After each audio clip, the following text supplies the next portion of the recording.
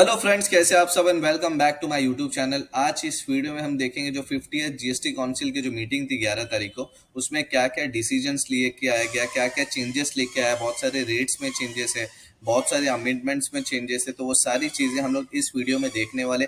पहले ही आपको मैं बता देता हूँ, इसमें एक ओवरव्यू, मतलब हम लोग एक एक पे डिटेल डिस्कशंस नहीं करेंगे, नहीं तो डिटेल डिस्कशंस करने बैठे तो अप्रॉक्स 3 घंटे की ये वीडियो बनेगी। तो इतनी इतनी लेंथी वीडियो, तुम लोग 10 मिनट की वीडियो आप लोग नहीं देखते हो, तो 3 घंटे की वीडियो तो इम्पॉसिबल है। तो उसका जो डिटेल डिस्कशंस करेंगे, जब उस पर्टिकुलर जो सेक्शन जो अमेंडमेंट्स है, उस अमेंडमेंट का जो पर्टिकुलर नोटिफिकेशन आएगा, उस पर हम लोग डिटेल में जैसे जैसे नोटिफिकेशन आएगा, क्योंकि बहुत सारी चेंजेस है और बहुत सारे चेंजेस का जब नोटिफिकेशन आएगा तब उस पर डिटेल डिस्कशंस करेंगे। इसमें एक बार खाली हम पढ़ के देखेंगे कि क्या क्या चीज़ें आया है, क्योंकि बहुत सारे चेंजेस है, रेट्स में चेंजेस है, बहुत सारे अमेंडमेंट्स है। तो वो सारी चीज़ें हम लोग देखेंगे इस वीडियो में, वो भी फास्ट फास्ट देखेंगे। जितना जल्दी कोशिश करेंगे कि वो सारी चीज़ें हम लोग कवर कर सके इस वीडियो में दोस्तों। तो वीडियो शुरू करने से पहले जस्ट आपसे एक रिक्वेस्ट करूंगा कि प्लीज़ मेरे चैनल को सब्सक्राइब कर लीजिएगा।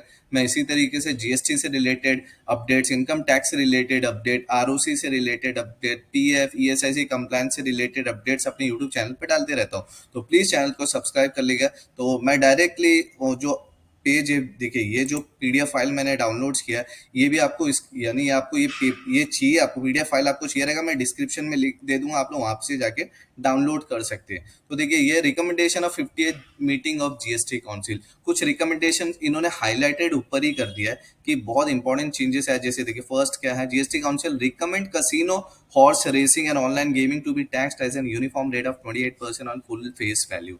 तो अब जो भी कसिनो में जो कसिनो में जो कॉइन्स वगैरह रहता है उस पर भी जीएसटी लग गया। हॉर्स रेसिंग जो होता था, गेमलिंग बैटिंग के जो गेम्स होते थे, ये सारे पे भी अभी जीएसटी एप्लीकेबल हो गया है। देन ये बहुत इंपॉर्टेंट है, इसकी वजह से पोर्टल पे यानी जो पीडीएफ आप डाउनलोड करेंगे ना, उसमें ये ऑलरेडी ये सारे पॉइंट्स को हाईलाइट किया है। देन उसके बाद क्या, GST council recommend notification of GST appellate tribunal. इससे पहले दोस्तों अपीलेंट ट्राइब्यूनल अभी तक जीएसटी में था ही नहीं।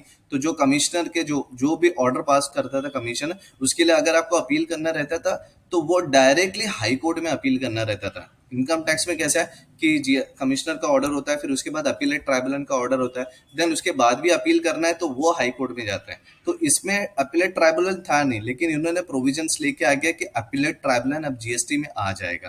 कब आएगा, कैसे आएगा, जब जब पर्टिकुलर नोटिफिकेशन होगी वो सारी विथ इफेक्ट फ्रॉम, इधर तो देखिए ना, appellate tribunal by the centre with effect from 1 अगस्त 2023 से, तो अपीलेट ट्राइब्यूनल भी आ जाएगा। देन उसके बाद GST council recommend IGST exemption for dinutuximab, यानी ये कोई मेडिसिन है, medicine and food for special medical purpose when imported for personal use. कुछ मेडिसिन है, कुछ ड्रग्स है जिनके वजह जिसपे जीएसटी एग्जाम्प्ट कर दिया गया दोस्तों, अगर वो पर्सनल यूज में है। तो बहुत सारे रेट चेंजेस है, हम लोग फटफट जितना हो सके कवर करने की कोशिश करूंगा। और ये सारी पॉइंट इन्होंने खुद गवर्नमेंट ने हाईलाइट किया है, ये बहुत इंपॉर्टेंट चेंजेस है, इसकी वजह से खुद हाईलाइट हुआ है। देन उसके बाद recommend bringing down rates from 18 September to 18% to 5% on 4 items. कुछ ऐसे प्रोडक्ट है जिन पे रेट्स 18% से 5% हो गया। जैसे 4 आइटम्स में क्या है, uncooked unfried and extruded snack pellets, fish soluble paste, LD slabs, ये ऑलरेडी नीचे भी कवर है। हम लोग एक काम करते हैं, मैं डायरेक्टली स्टार्ट करता हूँ, जो भी डिसीजन हुआ है ना काउंसिल का, वो डायरेक्टली मैं स्टार्ट करता हूँ। देन अभी यहाँ से एक मिनट, हाँ ठीक है, पहले हम लोग स्टार्ट करते हैं कि changes in the GST rates, tax rates. तो फर्स्ट क्या है, change in the GST rates of goods. It has been decided to reduce the rate on uncooked, जैसे ऊपर बताया कि ऐसे कुछ प्रोडक्ट है जिनके ऊपर 18% से लेके 18% रेट था, अब 5% हो गया। अब 5% रेट्स हो गया। कौन कौन से वो प्रोडक्ट है, uncooked unfried snacks pellets during the past period, ये हो गया। देन उसके बाद है, it has been decided to exempt IGST, जो ऊपर भी हाईलाइटेड था, कुछ ड्रग्स पे इन्होंने आईजीएसटी को एग्जाम्प्ट कर लिया है अगर वो पर्सनल पर्पस के लिए यूज हो रहा है दोस्तों। इंपोर्ट किया है कुछ ड्रग्स को और वो पर्सनल पर्पस के लिए यूज हो रहा है, तो वो उसको एग्जाम्प्ट कर दिया गया है। देन उसके बाद it has been decided to clarify that simple supply of raw cotton including kala cotton by agriculture is to cooperatives in taxable under reverse charge mechanism. मतलब एक न्यू प्रोविजन इधर पे भी लेके आया कि जो ये रॉ कॉटन काला कॉटन है वो भी अब रिवर्स चार्ज में टैक्सेबल हो जाएगा। It has been decided to reduce GST on imitations zari thread or yarn known by any name in the trade, हाँ ट्रेड पार्लेंस फ्रॉम 12% टू 5%, मतलब इससे पहले जो जरी वर्क थ्रेड वगैरह था वो 12% था, वो 5% हो गया, उस पर जीएसटी रेट्स हो गया। Then it has been decided to amend the entry 52B की एंट्री है उसको अमेंड किया है in compensation as notification to include all utility vehicles by whatever name called provided by meet the parameters of length exceeding 400 engine capacity exceeding 1500 cc, then having ground clearance of 170 actually ये XUVs गाड़ी होती है ना, उसके related कुछ इन्होंने amendment किया है जो जिसपे कॉम्पनसेशन टैक्स वगैरह लगता है। तो वो अमेंडमेंट देखिए, मैंने आपको क्या बोला, एक बार हम लोग रीड करेंगे दोस्तों। ऑलरेडी मैं लेट हो चुका हूँ, 2 दिन के बाद वीडियो बना रहा हूँ क्योंकि मैं कहीं बाहर ट्रैवल कर रहा था, इसकी वजह से वीडियो नहीं बना पाया। 2 दिन के बाद मैं खुद वीडियो बना, तो यहाँ पे हम लोग एक एक चीज खाली डिस्कस करेंगे। इससे रिलेटेड पर्टिकुलर सर्कुलर नोटिफिकेशन जब जब आएगा तब हम लोग ब्रीफ में हर चीज समझेंगे, हर एक चीज अंडरस्टैंड करने की कोशिश करेंगे। यहाँ पे एक बार, क्योंकि बहुत बड़ा है ये, अभी देखिए यहाँ पे अगर मैं आपको दिखाऊंगा तो कितने सारे पेज है, 9 पेजेस है। अभी हम लोग चौथे पेज पे चल रहे, तो हर एक चीज हमको कवर करना है। देन उसके बाद हाँ 6 पॉइंट था, it has been decided to reduce GST rate on LD slags from 18% to 5% to encourage better utilisation of this product. L D slags करके प्रोडक्ट है जिसपे 18% से 5% हो गया। It has been decided to regularise the matter relating to trauma spine and arthroplasty implants for the period of 18 July 2022 as in basis in a view of genuine interpretation issues. Understand करो, वो उन्होंने मतलब कुछ उनका जो procedure है उसको regularise किया है, तो वो रेगुलराइज किया। उसका भी उधर पे implants for the period of 18 जुलाई 2023 से वो रेगुलराइज हो चुका, मतलब वो डिसीजन था, अब उसको रेगुलराइज करेंगे। तो इससे रिलेटेड भी जब नोटिफिकेशन आएगा तब वो मैं आपको ब्रीफ में डिस्कशन करूंगा। देन उसके बाद it has been decided to reduce the GST rates on fish soluble paste from 18 to 5% and regularize payment on GST on fish soluble paste during the paste period on its basis। तो ये fish soluble paste है, उस पे भी GST rates अब 5% हो चुका है। तो it has been decided to regularise the matter relating to desiccated coconut for the period of 1st July 2017 to 27 July 2017 on in its basis in a view of genuine interpretations issues। तो इस पे कुछ देखिए, कुछ इस पे बहुत सारे इंटरप्रिटेशंस आ रहे थे, सबके अपने अपने ओपिनियंस थे उसके प्रोसीजर्स को लेके। तो उस यानी डेसिकेटेड प्रोसीजर्स को लेके, तो उससे रिलेटेड भी कुछ सर्कुलर्स आएगा जिसमें ये बता दिया जाएगा कि क्या एक्चुअल में क्या प्रोसीजर है, क्योंकि बहुत सारे अपने अपने लोग अपने अपने इंटरप्रिटेशंस दे रहे थे। तो अब वो सर्कुलर आ जाएगा तो उससे वो लोग वो क्लियर कर देंगे कि जो डेसिकेटेड कोकोनट पीरियड कोकोनट था फॉर द पीरियड 1/7/2017 टू 27 जुलाई 2070 उसको रेगुलराइज कर देंगे सिस्टम को। देन उसके बाद 10 पॉइंट है, it has been decided that on paan masala tobacco products etcetera where it is not legally required to declare the retail sales price. देखिए अभी कैसा होता है, जो पान मसाला होता है और टोबैको होता है, ये सब जो बेचते हैं उसमें कोई रिटेल प्राइस नहीं होती है। तो उसके लिए वो नोटिफिकेशंस लेके आएंगे और कॉम्पनसेशन सेक्स किस तरीके से, क्योंकि उस पर रिटेल प्राइस नहीं है तो कॉम्पनसेशन सेस लग सकता है, तो वो किस तरीके से होगा, क्या होगा, वो सारी चीजें वो अपने नोटिफिकेशंस में। ये सब क्या रिकमेंडेशन है, क्या होता है दोस्तों, देखिए उन्होंने इमीडिएटली ऊपर ही लिखा हुआ है, आप देखेंगे ना ऊपर कि रिकमेंडेशन है, ये सारी चीज रिकमेंडेशन है। जब ये इम्प्लीमेंटेशन होगा ना तो उसको वो इम्प्लीमेंट करने के लिए उनको सर्कुलर लेके आना पड़ेगा, अगर कोई रेगुलराइज करना है सिस्टम तो, या तो फिर उनको अगर कोई एक्ट यानी कोई चीज इंपोज करना है तो उसके लिए नोटिफिकेशंस लेके आना पड़ेगा। आप समझ में आए, ये सारे रिकमेंडेशंस हुए। देन उसके बाद it has been decided to reduce the GST rates on fish soluble paste, ये मैंने अभी आपको बताया। देन इसके बाद हाँ ये भी हम लोग, it has been decided to regularize relating to, ये भी हम लोग देख लिए। Then it has been decided, pan masala भी देख लिया। It has been decided to include RBL bank and ICB bank in the list of specified bank which exempt in available imports of gold, silver or platinum and update the list of banks। मतलब इस पे specified bank में ये दोनों bank को भी अब include कर दिया है जिस पे आईजीएसटी एग्जेम्प्ट है अगर वो इंपोर्ट करते हैं गोल्ड और सिल्वर तो दोस्तों। Then consequential changes in notification में be carried out in a view of foreign trade policies. कुछ फॉरेन ट्रेड पॉलिसी में भी जो चेंजेस हुए, कुछ जो जो जैसे जैसे चेंजेस होंगे उससे रिलेटेड जैसे भी नोटिफिकेशन आएगा, मैं अगेन हर बार यही बोल रहा हूँ, जब जब नोटिफिकेशन आएगा उससे रिलेटेड हम लोग डिटेल डिस्कशंस करेंगे उस पर्टिकुलर वीडियो में। देन उसके बाद it has been decided to regularise the issue relating to GST on plates and cups made of areca leaves prior to 1 October 2019। इससे रिलेटेड भी वो सिस्टम को जो इश्यूज आ रहे थे उसको रेगुलराइज करना है। जो इश्यूज रेगुलराइज करता है उसके लिए सर्क्यूलर्स आता है दोस्तों। मैंने आपको बोला कुछ चीजें सिस्टम में सही करते हैं तो उसके लिए सर्क्यूलर लेके आते हैं, या कोई इंटरप्रिटेशन है, कोई चीज कोई नहीं समझ पा रहा है तो उसके लिए सर्क्यूलर आता है कि उसको इस तरीके से आपको ट्रीटमेंट करना है। अंडरस्टैंड, समझ में आ रहा है। देन उसके बाद 14 है, it has been decided to regularise the issue relating to GST on biomass briquettes for the period of 1 July 2017 to 12 October 2017। तो इसके लिए भी जब इससे बायोमास से रिलेटेड जो सिस्टम इनको रेगुलराइज करना है, जब सर्कुलर आएगा देन डेफिनेटली हम लोग डिस्कस करेंगे। देन उसके बाद recommendation relating to GST rates on services. अभी तक ऊपर क्या था, गुड्स का था। देन उसके बाद अब जीएसटी रेट सर्विसेज में क्या क्या देखिए, it has been decided that GST exemption on satellite launch service supplied by ISRO, Antrix Corporation Limited and New Space India Limited may be extended to such service supplied by organization in private sector also to encourage startup। अगर कोई जैसे कोई private sector में भी देखें, ये satellite की जो सैटेलाइट लॉन्च करते हैं उसके लिए जो सर्विसेज है, अगर एक तो इसरो के लिए वो एग्जाम्प्ट है, अगर कोई प्राइवेट प्लेयर भी ये सारी चीजें करता है तो उसके लिए भी वो सर्विसेज एग्जाम्प्ट है। देन उसके बाद है other changes related to services as a trade friendly measure it has been decided to GTA will not be required to file declaration for paying GST under forward charge every year. देखिए GTA के लिए बहुत अच्छी चीज है क्योंकि उनको declaration देना पड़ता था एवरी ईयर, कि वो फॉरवर्ड चार्ज में अपना रिटर्न्स वगैरह फाइल करे if they have exercise this option for a particular financial year. अब उनको ये ऑप्शन मतलब वो डिक्लेरेशन नहीं देना पड़ेगा, मतलब हर बार के लिए। देखिए GTA will not be required to file declaration for paying GST and the forward charge।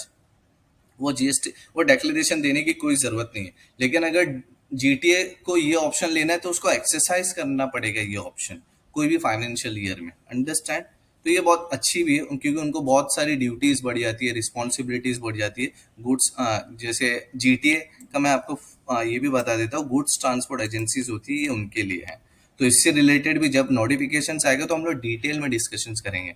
Then it has also been decided that the last date of exercising the option by GTA to pay GST under forward charge shall be 31st March of the preceding financial year। Instead of पहले ये GTA में उनको जो declaration देना पड़ता था वो 15th मार्च थी, अब उसको 31st मार्च कर दिया, first January of preceding financial year. Understand? It has been decided to clarify that services supplied by a director of a company to the company in his private or personal capacity, such as supplying services by way of renting of immobile property to the company or body corporate, are not taxable under RCM। बहुत important था दोस्तों ये, बहुत इसमें just आपको थोड़ी सी बता देता हूँ ये चीजें कि क्या है, कि अगर मैं कंपनी का डायरेक्टर हूँ और मैंने अपनी ही प्रॉपर्टी ऑफिस को दिया हो, अपनी कंपनी को दिया हुआ है कि ये मतलब वो रजिस्टर्ड ऑफिस यूज हो रही है और मैं अपनी कंपनी से रेंट लेता हूँ, तो उसमें क्या है, अगर देखा जाए तो उसमें आरसीएम के अकॉर्डिंग उसको टैक्स भरना पड़ता था। क्योंकि अगर मैं डायरेक्टर हूँ तो मेरे पास जीएसटी नंबर नहीं है, तो जीएसटी नंबर नहीं है तो मतलब अनरजिस्टर्ड डीलर से कंपनी डील कर रही है, क्योंकि कंपनी भी एक कॉर्पोरेट एंटिटी है। तो वो केस में अब जब कंपनी डायरेक्टर्स को पेमेंट्स करेगी तो उसमें आरसीएम लगता था, लेकिन अब नहीं लगेगा। Understand? Only those services supplied by a director of the company or body corporate which are supplied by him as or in capacity of the director of the company or a body corporate shall be taxable under RCM in the hands of the company or body corporate under the notification। जो मतलब अगर वो उसने कोई अपनी property दिया है company को, इमूवेबल प्रॉपर्टी दिया है रेंट पे, उस पे आरसीएम नहीं लगेगा। बाकी जो वो सर्विसेज दे रहा है कंपनी को उस पे आरसीएम डेफिनेटली लगे। It has been decided to clarify that supply of foods and beverage in cinema hall is taxable as a restaurant service as long as they are supplied by way of or as a part of the services supplied independently of the जो जैसे अभी cinema hall, हाँ cinema घर पे ना जो GST rates है food उस पे रेट्स अलग होते थे दोस्तों, तो अब उनके रेट्स को घटा दिया गया है। अंडरस्टैंड? ये सारी चीज जो रेट्स आएंगे हम लोग डेफिनेटली उस जैसी मैं आपको हर बार ये बोल रहा हूँ, जैसे नोटिफिकेशन आएगा उस नोटिफिकेशन डिटेल डिस्कशन करेंगे हम लोग सारी चीजें। देन उसके बाद second report of the group of ministry, second reports, तो यहाँ से मैं जस्ट ये सब मैं अभी अवॉइड करता हूँ, आप लोग को मैं ये पीडीएफ की लिंक आपको डिस्क्रिप्शन में दे दूंगा, आप लोग जाके चेक कर सकते हो दोस्तों। और अगर आपको इस पर्टिकुलर जब आप पढ़ेंगे या इस वीडियो से कुछ चीज़ें आपको नहीं भी समझ में आ रहा है, मैंने डिस्क्रिप्शन में हमारे मेरे इंस्टाग्राम की लिंक दिया है, आप लोग इंस्टाग्राम पे फॉलो करके मुझसे पूछ सकते हैं कोई भी एक पर्टिकुलर क्वेश्चन। देन यहाँ पे देखिए जो ऊपर measures for facilitation of trade, यही है। देखिए क्या है, मैंने आपको ऊपर ही बता दिया, goods and service tax tribunal. ये goods and service tax tribunal अभी खुद लॉन्च हो गया। मतलब अब ऐसा है कि जो भी कमिश्नर का जो डिसीजंस होगा, अब उसको वो अपील करने के लिए हमको ट्राइब्यूनल जाना पड़ेगा, सीधा हाई कोर्ट नहीं जाना पड़ेगा। तो वही उसी पे ब्रीफ डिस्कशंस लिखा हुआ है। देन उसके बाद सेकंड, हाँ ये भी बहुत इंपॉर्टेंट है, बहुत ज़्यादा इंपॉर्टेंट है। अभी तक का 22-23 का जो एनुअल रिटर्न था, उसकी मतलब उसमें ये कंफर्म नहीं हो रहा था कि 2 करोड़ के ऊपर वाले या 2 करोड़ के नीचे वाले किसको फाइल करना है, किसको नहीं करना है। तो वो चीज़ें अभी दोस्तों ये चीज़ें यहाँ पे उन्होंने कंफर्म कर दिया कि अगर एग्जेम्प्ट कर दिया है कि जिसके 2 करोड़ के अंदर टर्नओवर है, तो वो 22-23 का रिटर्न मतलब ऑप्शन नहीं फाइल करेंगे तो भी चलेगा, उसके उनके लिए एग्जेम्प्ट है 2 करोड़ के टर्नओवर के अंडर। क्योंकि 21-22 का अनाउंसमेंट था और 22-23 का भी अनाउंसमेंट नहीं था, तो उन्होंने ये क्लियर कर दिया कि अप टू 2 करोड़ के जो अभी जिनका भी टर्नओवर है टैक्स पेयर का, तो वो एनुअल रिटर्न फाइल नहीं करेंगे तो भी चलेगा, क्योंकि उनके लिए एग्जेम्प्ट है। Then council has recommended to clarify through a circular input service distributor के लिए ये इन्होंने बताया कि जो मैकेनिज्म नॉट मैंडेटरी है, इनपुट सर्विस डिस्ट्रीब्यूशन को कुछ मैकेनिज्म है जो नॉट मैंडेटरी है, जो common input service procured from third parties. हाँ यानी अभी कैसे है ना, थर्ड पार्टी से जो उनको इनपुट मिलता था ना, तो उनके लिए कुछ मैकेनिज्म है, तो उसके लिए जो वो लॉ लेके आएंगे, तो वो लॉ जो लेके आएंगे, जब क्या क्या डिटेल्स रहेगी, वो सारी डिटेल्स हम लोग डिस्कस करेंगे जब नोटिफिकेशन आएगा दोस्तों। देन उसके बाद सर बहुत इंपॉर्टेंट जो रहेगा ना, वो मैं आपको डेफिनेटली बता दूंगा। बाकी जब पर्टिकुलर जो सर्विसेज जो भी नोटिफिकेशन आएगा उस पर तो हम करेंगे डिटेल डिस्कशन, लेकिन इसमें जो बहुत इंपॉर्टेंट है, जो आपको जानना बहुत ज़्यादा ज़रूरी है, उसको मैं हाईलाइट डेफिनेटली कर रहा हूँ। देन उसके बाद पॉइंट नंबर 4 है circular to be issued to provide clarity on a various issue pertaining to the GST liability as well as liability to reverse input tax credit in case of involving warranty replacement of parts and repair services during the warranty period. देखिए अभी बहुत सारे इसमें भी बहुत interpretations आ रहे थे, जो वारंटी पीरियड्स, अगर वारंटी पीरियड्स में आपने कोई प्रोडक्ट लिया और उसको वारंटी पीरियड्स में रिपेयर्स करवाते हो, हाँ तो उससे रिलेटेड जो भी जीएसटी से रिलेटेड इश्यूज है, उसके लिए वो सर्कुलर लेके आएंगे। तो जब लेके आएंगे तब हम लोग उस पर डिटेल डिस्कशन करेंगे। देन उसके बाद circular to be issued to clarify various refund related issues. तो जितने भी रिफंड से रिलेटेड इश्यूज हो रहे हैं, जैसे फॉर्म, अभी देखिए कैसे form GSTR to be off set tax period of any previous tax period.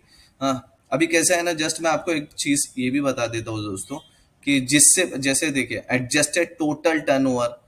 अभी ये मैं आपको एक चीज बता देता हूँ कि अगर इन केस अगर आपका GSTR 1 और GSTR 3 भी अगर आपका मैच नहीं होता है ना, तो अगर वो मैच नहीं होता है तो इसमें क्या प्रॉब्लम हो जाती है, मानो आपको DRC 01B आपको ऑटोमेटिक आपको नोटिस आ जाती है। अब ये क्या बोल रहे हैं कि अगर आपका 2B भी मैच नहीं हो रहा है 3B से, 2B मैच नहीं हो रहा है 3B से, हाँ तो उसके लिए भी वो सर्कुलर लेके आएंगे, कुछ फॉर्म्स लेके आएंगे, वो सारी डिटेल्स जब सर्कुलर्स वगैरह में सारी चीजें, इसमें एक डिटेल्स और भी है, GSTR 01C और 01D भी इंट्रोड्यूस है। वो हम लोग अभी नेक्स्ट आएगा तो मैं आपको बताता हूँ वो क्या चीज़ है, लेकिन जस्ट आपको यही मैं बता रहा हूँ कि जिससे जितना भी अभी रिफंड से रिलेटेड इश्यूज हो रहे, उसमें जो भी इश्यूज है वो जब सर्कुलर में, वो जब सारे इश्यूज को एक्सप्लेन करेंगे डिपार्टमेंट, जो जीएसटी काउंसिल है वो सारे एक्सप्लेन करेंगे, तो सर्कुलर आएगा तो डेफिनेटली हम लोग उस पर पूरी कंप्लीट एक वीडियो बनाएंगे। देन उसके बाद 6 पॉइंट है circular to be issued to provide clarification related to TCS liability under section 52 of the CGST act in case where multiple e-commerce operators are involved in a single transaction of supply of goods or services। इससे related भी बहुत सारी, मतलब TCS आपको पता है e commerce operator deduct करता है, तो मल्टीपल ई कॉमर्स ऑपरेटर है तो उससे रिलेटेड वो सर्कुलर लेके आएंगे कि उस ट्रांजैक्शन को किस तरीके से आपको एग्जीक्यूट करना है, उस पर लाइबिलिटी कैसे बनेगी। देन उसके बाद to ease compliance burden of the tax payer clause F of rule 46 of the CGST rule 2017 to amend to provide for requirement of only name of the state of the recipient। देखिए पहले कैसा था ना कि मतलब आप कोई भी अनरजिस्टर्ड डीलर से परचेस करते यानी डील करते थे थ्रू ई कॉमर्स ऑपरेटर, तो आपको नेम एड्रेस वगैरह बहुत सारी डिटेल्स लगती थी। तो अभी नेम भी आपको प्रोवाइड कर देंगे तो भी इनफ हो जाएगा। इजी समझ में आया दोस्तों? देखिए आपको, and not the name and full address of the recipient of the tax invoice in case of supply of taxable services by और थ्रू ई कॉमर्स ऑपरेटर और बाय सप्लाई ऑफ ओडीआर। जो ODR services है और जो e commerce operator है जो unregistered dealer purchase करते हैं डील करते हैं, तो उनके लिए पहले नेम एंड एड्रेस पूरा आता था, लेकिन अब खाली नेम भी उनका मिल जाएगा, फुल नेम तो भी चलेगा। Issuance of following circulars in order to remove ambiguity and legal disputes on the various issues does benefit taxpayers at large। यानी बहुत अभी देखिए ये सारे केसेस में गवर्नमेंट सर्कुलर लेके आने वाली है, क्योंकि बहुत सारे इंटरप्रिटेशन और डाउट्स हो रहे हैं। जैसे कि क्या है कि clarification that unregistered person whose turnover exceed the prescribe threshold for generation of e invoice are required to issue e-invoice under Rule 48(4) of the CGST rule for the supply made to the government department। अभी देखिए government department को कोई ऐसा tax payer है जो government department से के साथ काम कर रहा है और वो ई इनवॉइसिंग में एप्लीकेबल है, मतलब उसका टर्नओवर 5 करोड़ के ऊपर है, तो वो ई इनवॉइस इशू हो रहा है। तो उससे रिलेटेड कुछ डाउट्स है जो गवर्नमेंट डिपार्टमेंट के साथ वो जब डील करता है, ई इनवॉइस इशू करता है, तो जो भी उसको फेस हो रहा है, जो भी प्रॉब्लम आ रहा है या जो भी उसको मिस इंटरप्रिटेशन है, वो सारे मिस इंटरप्रिटेशन दूर कर देंगे जब इनका सर्कुलर आएगा। देन उसके बाद clarification regarding to manner of calculation of interest amount liable to be paid under section 53 of the CGST Act 2017 in respect of wrongly availed and utilized IGST credit। मतलब इसके कैलकुलेशन ऑफ इंटरेस्ट कैसे calculation करना है under section 53 के लिए, उसके लिए वो क्लैरिफिकेशंस लेके आएंगे। Clarifying inter alia that in case of wrong availment of IGST credit the balance of input tax credit in electronic ledger under the head of IGST, CGST, SGST taken together has to be taken considering while calculating such interest liability as per Rule 88B of the CGST rule। तो उन्होंने indirectly short में ये बोलूँगा कि जो interest का calculation है IGST से रिलेटेड, तो वो किस तरीके से होगा और उसमें जो भी डाउट्स है उसकी क्लैरिटी गवर्नमेंट डिपार्टमेंट्स जो जीएसटी काउंसिल है वो आपको प्रोवाइड कर देगी। तो जैसे सर्कुलर आएगा देन हम लोग उस पर डिस्कस करेंगे दोस्तों। देन उसके बाद clarifying that mere holding of securities of the subsidiary company by a holding company cannot be treated as a supply of service and therefore cannot be taxed under GST। समझ में आपको? Clarifying the merely holding of securities of a subsidiary company. अभी क्या आपको ये subsidiary company की भी security hold करते थे, तो उन्होंने एकदम क्योंकि सिक्योरिटीज पता है आपको दोस्तों वो टैक्सेबल नहीं है, तो होल्डिंग ऑफ सिक्योरिटी इधर पे क्लैरिफिकेशन उन्होंने एक दे दिया है। वो अगर कोई होल्डिंग कंपनी कोई सब्सिडरी कंपनी की सिक्योरिटीज होल्ड करती है तो can not be treated as supply, उसको सप्लाई नहीं माना जाएगा and can not be taxed under GST, ये उन्होंने बता दिया। देन उसके बाद 9 point as per the recommendation of the GST council in 48 meeting circular number dated 27 December 2022 was issued to provide for procedure for verification of input tax credit in case of involving difference in input tax credit available in Form 3B via which that avail as per the Form 2A during the 17, 18, 18, 19 to provide further relief to the taxpayer. The council recommend the further issuance of circular to provide the similar procedure for verification of input tax credit in case of involving difference in input tax credit Form 3B। देखिए in case कैसे है, वही चीज उन्होंने बोला है कि अपना सर्कुलर लेके आएंगे जिस तरीके से आप अपना जो बोलते हैं ना हम लोग जो रिकन्सिलेशन करते हैं इनपुट टैक्स क्रेडिट का, तो वो किस तरीके से आपको रिकन्सिलेशन करना है फॉर्म 2A से 3B की और फॉर्म 2A, वो सारी चीज़ें उन्होंने वो सर्कुलर में सारी चीज़ बता देंगे, थोड़ा इजी प्रोसीजर्स कर देंगे। तो जैसे ही वो सर्कुलर आएगा देन हम लोग डेफिनेटली उस पर डिस्कस करेंगे। Then special procedure to be provided under section 148 of the CGST act relating to manual filing of appeal against the order passed by the proper officer in respect of tran 1 tran 2 claim of the registered person filed in the pursuance of direction। इससे पहले manual filing का options नहीं था, लेकिन अब वो special provision लेके आएंगे अंडर सेक्शन 148 में, जिसमें आप मैनुअल फाइलिंग भी कर सकते हैं, मैनुअली अपील फाइल कर सकते हैं दोस्तों। देन उसके बाद rule 1081 Rule 1091 of the CGST Rule 2017 to be amended to provide for manual filing of appeal under certain specified circumstances. Easy वही चीज़ है कि मैनुअल फाइलिंग अपील आप किस तरीके से कर सकते हैं, वो सारी चीज़ बताएंगे। देन ये बहुत ज़्यादा इंपॉर्टेंट है, बहुत ज़्यादा, जो 12 पॉइंट है। Council recommend to extend the amnesty scheme notified vide number, जो नोटिफिकेशन से उन्होंने स्कीम लेके आए थे, एमनेस्टी स्कीम, जो GSTR 4 फाइलिंग के लिए था, GSTR 9 फाइलिंग के लिए था, फॉर्म GSTR 10 फाइलिंग के लिए था, रिवोकेशन ऑफ कैंसिलेशन और रजिस्ट्रेशन था, और deemed withdrawal of assessment order था अंडर सेक्शन 62, वो अब हो गए 31 अगस्त 2023 तक। इजी समझ में आया, ये डेट को एक्सटेंड कर दिया, जो एमनेस्टी स्कीम है उसकी डेट को एक्सटेंड कर दिया दोस्तों। देन इसके बाद, in a view of prevailing law and order situation in the state of Manipur and, देखिए मणिपुर में ऑलरेडी आपको पता है कितना राइट चल रहा है, जिसकी वजह से उधर पे डेट एक्सटेंड हो चुकी है। कौन से पीरियड की? अप्रैल मई जून की। जीएसटी की जो GSTR 1, GSTR 3 भी, GSTR 7 की जो फॉर्म की जो डेट है वो एक्सटेंड हो गई है। कब तक एक्सटेंड हो गई? 31 जुलाई 2023 तक। में भी मुझे लगता है कि ये और आगे जाएगी, क्योंकि अभी तक का वहाँ पे जो भी डिस्प्यूट है वो अभी तक का क्लियर नहीं हुआ। अंडरस्टैंड दोस्तों?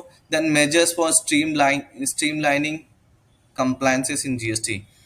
In accordance with the recommendation of the group of minister on implementation of e-way bill requirement for movement of gold, precious stone under Chapter 71, the Council has recommended to insert Rule 138F in CGST Rule 2017, as well as in SGST Rule 2017 of the state, who want to mandate the requirement of generation of e-invoice bills of intra-state movement of gold and precious stone under Chapter 71 within that state.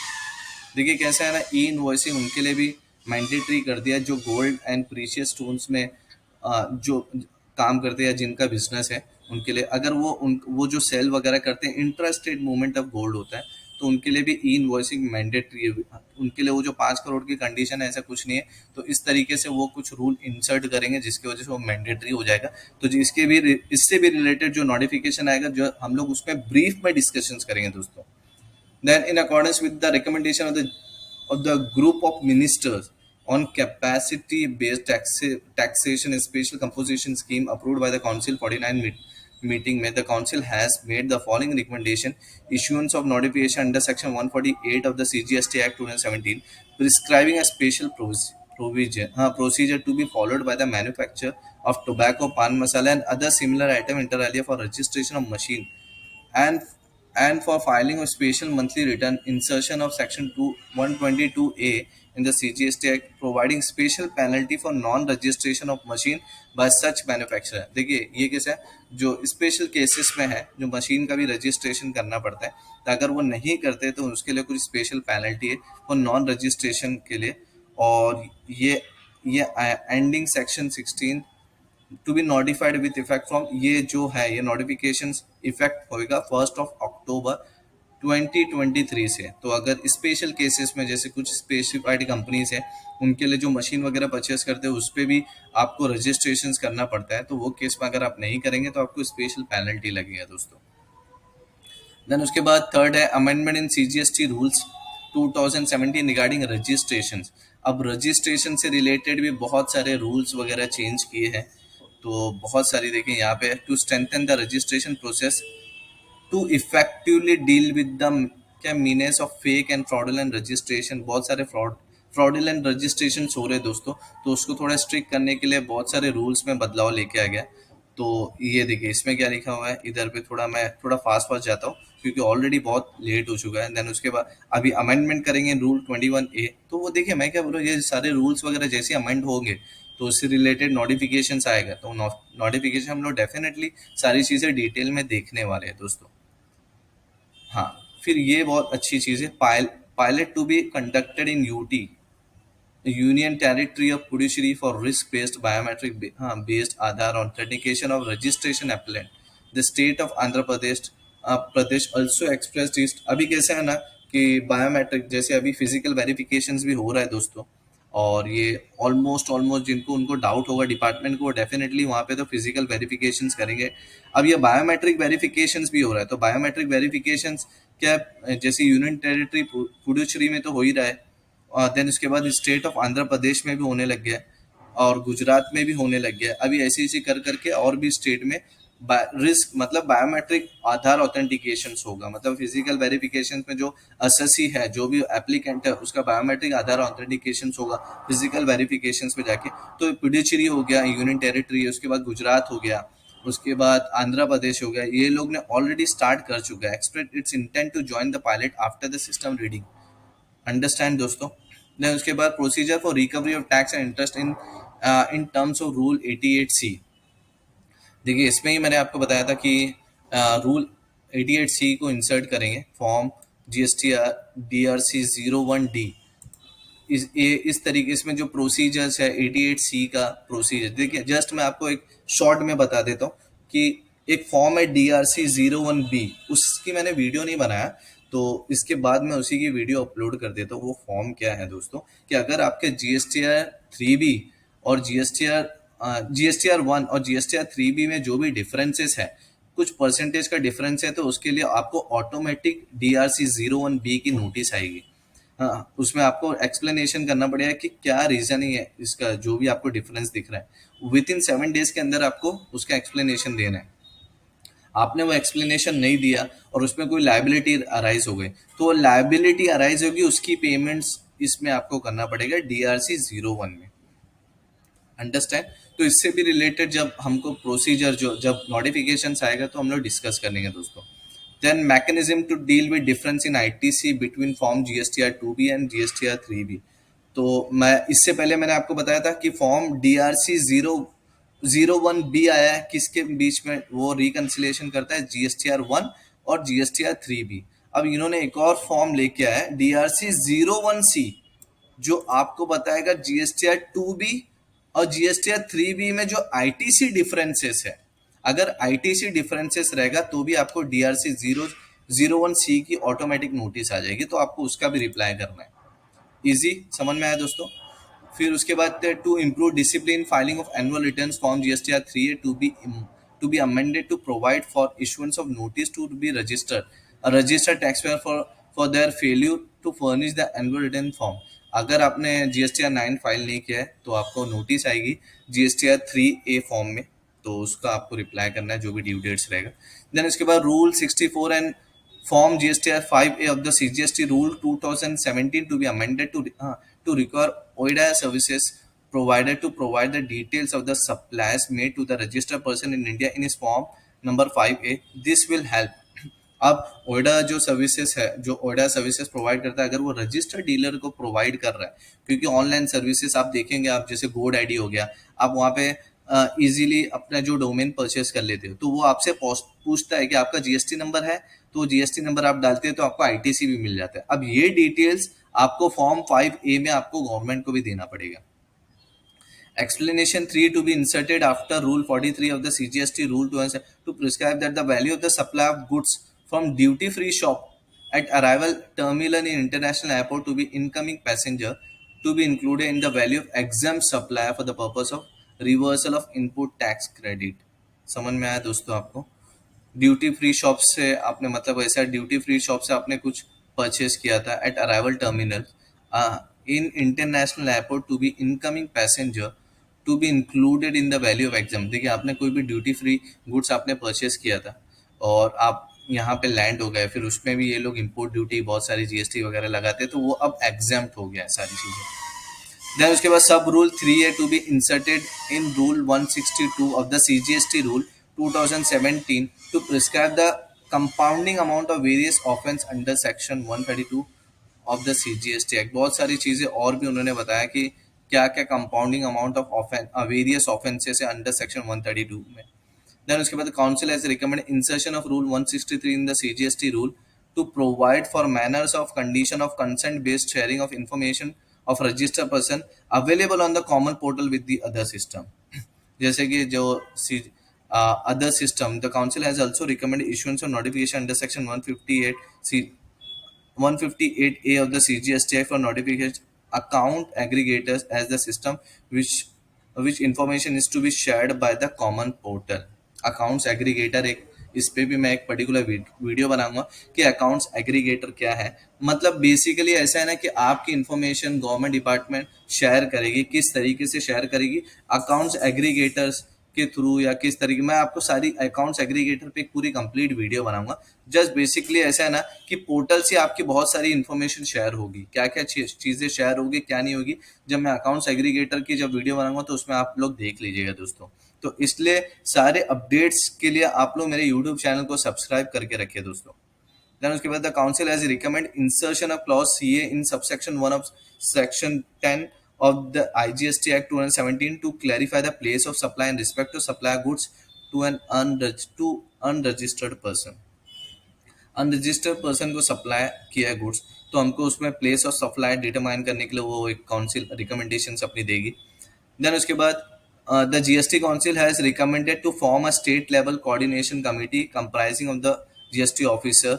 मतलब state level वो एक committee बनाएगी जिसमें एक दूसरे के साथ आप डेटाबेस शेयर कर सकते हो। सेंट्रल वाला स्टेट को, स्टेट वाला सेंटर को, वो भी बहुत मतलब ये सारे एडमिनिस्ट्रेटिव एंड प्रिवेंटिव मेजर्स के लिए किस लिए करेंगे, for administration and preventive measures के लिए। The second interim report of the group of minister on IT system reform was also discussed by the council. The group of minister has recommended various measures to curb frauds in GST through system-based measure for strengthening registration process in GST, more use of third-party data for risk management, and controlling flow of fake input tax credit down the supply। मतलब बहुत सारे वो जो system बनाया इन्होंने GST का, जो GST portal है वो अपने ही लेवल पे, अपने ही उस पे एक बहुत बड़ा सॉफ्टवेयर है। तो उसमें भी बहुत इस तरीके का वो मेजर्स लेके आएंगे। मे बी जैसे इनकम टैक्स में उन्होंने एक एआई टूल लेके आया है जिससे वो फाइंड कर लेता है कि आपने जो डिडक्शंस दिखाया वो फेक है, उसको डिसअलाउ कर देता है। तो वो लोग सिस्टम में भी कुछ मे बी कुछ ऐसी एआई टूल लेके आएंगे जिससे उनको शायद मे बी ये पता चल जाए कि ये जो रजिस्ट्रेशन से, ये फेक रजिस्ट्रेशन से, ये आईटीसी जो क्लेम कर रहा है वो फेक आईटीसी है, या कुछ भी और चेंजेस लेके जिसके वजह से जो ये फ्रॉड हो रहे हैं जीएसटी रजिस्ट्रेशन लेके जो आईटीसी के फ्रॉड हो रहे हैं वो बहुत हद तक कम हो जाए दोस्तों। तो ऑलमोस्ट मैंने सारी चीज़ कवर कर लिया है इसमें। तो होप आपको चीज़ें समझ में आए। बहुत सारी चीज़ें मुझे पता है आपको नहीं समझ में आएगी दोस्तों। तो जब उससे रिलेटेड एक नोटिफिकेशन आएगा, उससे रिलेटेड हर एक टॉपिक पे नोटिफिकेशन आएगा, हर एक टॉपिक पे जिस पे सर्कुलर आना चाहिए उस पे सर्कुलर आएगा, जिस पे नोटिफिकेशन आना चाहिए नोटिफिकेशन। तो आने वाले टाइम पे बहुत सारे डिटेल आपको नोटिफिकेशन देखने वाले मिलने वाले और डिटेल सर्कुलर मिलने वाले। तो उससे रिलेटेड जब जब आएगा मेरे यूट्यूब चैनल पे आपको उससे रिलेटेड वीडियोस मिल जाएगा दोस्तों। तो प्लीज़ चैनल को सब्सक्राइब करें। यहाँ पे मैं वीडियो फिनिश करता हूँ क्योंकि ऑलरेडी बहुत लेट हो चुका है। तो मिलते हैं नेक्स्ट वीडियो में। Bye, take care.